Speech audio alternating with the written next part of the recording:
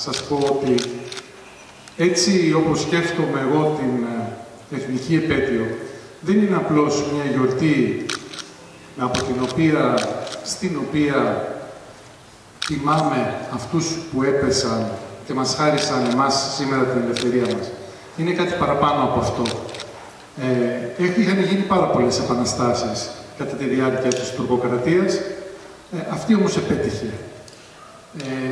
Αυτό δεν σημαίνει ότι δεν είχαν προσπαθήσει και άλλοι πριν από αυτούς τους ήρωες να μας απελευθερώσουν.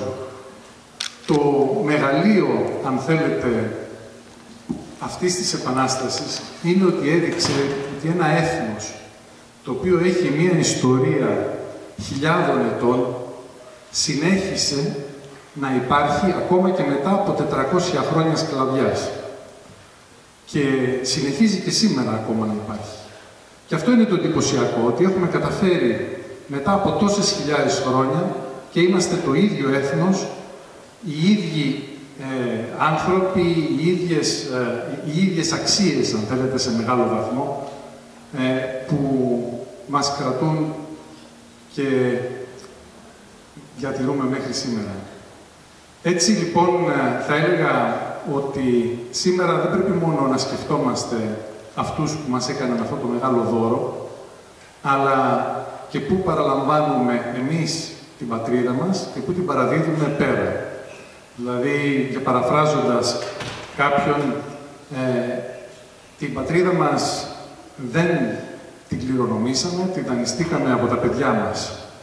Πρέπει λοιπόν σήμερα να πάρουμε την πατρίδα που αυτοί μας χάρισαν και να τη δώσουμε καλύτερη στα παιδιά, τα δικά μας. Χρόνια πολλά, και θα προσθέσω επίσης ότι την προσεχή Κυριακή είναι η εθνική παρέλαση στην 5η Λεωφόρου. Νομίζω ότι θα περιμένω όλους. Δεν υπάρχει δικαιολογία εδώ γιατί είστε γείτονες. Η 5η Λεωφόρος είναι δίπλα.